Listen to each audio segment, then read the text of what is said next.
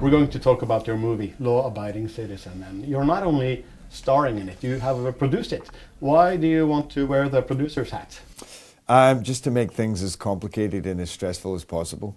Now, for a while now, people have been coming saying, well, we can make this movie if you do it. And you start to think, well, then we want to get involved at a more creative level. So we formed our own company, my manager and I, a company called Evil Twins. And this was the first script that came along that we thought, you know what, this is kind of great. It's very commercial. It has the popcorn element, but it has, a very kind of powerful essence to it, and it was exciting and dramatic and suspenseful. So it seemed like a great first movie to take on. So what do you like about this freedom to develop the movie from the start? That's exactly what I like, this freedom to develop the movie from the start. We got a script which was a great idea, but it needed a lot of work in fleshing out the characters and really kind of pinpointing those moments in the story and making it more exciting and making it more believable. And I had a chance to do that, to work with. We had a couple of writers on it, so I had a chance to work really closely with those writers, and then you choose a DP that you think can express those ideas and give the film a great look, and you choose a director, and it's kind of amazing to be involved at such a creative level. Last night we had the premiere, and you sit there and you watch the movie and you see your fingerprints on it, and that's, it's a great feeling. Go wash up for dinner, Pumpkinhead. Okay, I got it. We gotta get out of here. What are you doing? Come on! Initially, you chose another director. What happened with Frank Darabont? Well, with Frank, what happened was he did a draft of the movie, which was great. I mean, he gave us the first draft that we felt, now we have a really workable movie. But then we still needed to go in a certain direction, and I think Frank saw the movie in another direction, and so he was happy to just give us another draft as a writer and then let us move on in terms of the director. It was just, creative difference. The classic creative differences story. Yeah, and and it was kind of cool because I always thought when I heard creative differences, oh, there were big problems, and there really wasn't. I mean, Frank is the he did the Green Mile and the Shawshank Redemption, and which is amazing. But I think that was the thing that he saw we wanted it more as a head-to-head, more as a kind of cat and mouse, where I think he didn't see it the same, and so we were looking for more excitement, I think, from the final product. You ended up with F. Gary Gray, which is not a bad replacement, if we can call him a replacement at all. So what did he bring to the project?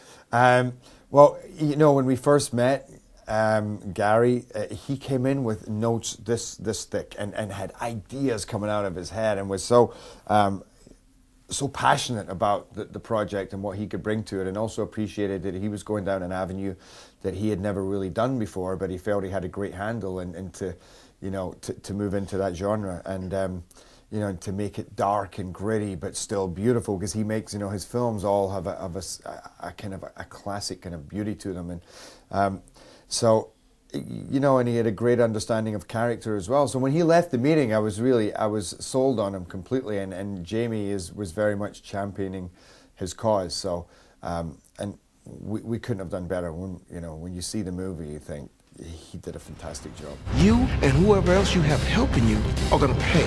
Now you're the one who makes deals with murderers, yeah. So I've come to make mine. Release me or what? Or I kill everyone. I heard that you were initially going to play the attorney, Nick Rice, and that you switched to Clyde Shelton. Why did you decide that? This happened very shortly before we started filming, and I had always been playing the prosecutor role, the DA. And the more we were talking about it, the more I thought, the other role scares me more. It sounds like more of a challenge, but something that I could really get my teeth into. And when we offered Jamie, we still offered Jamie that role though, and I also wanted to get the movie made.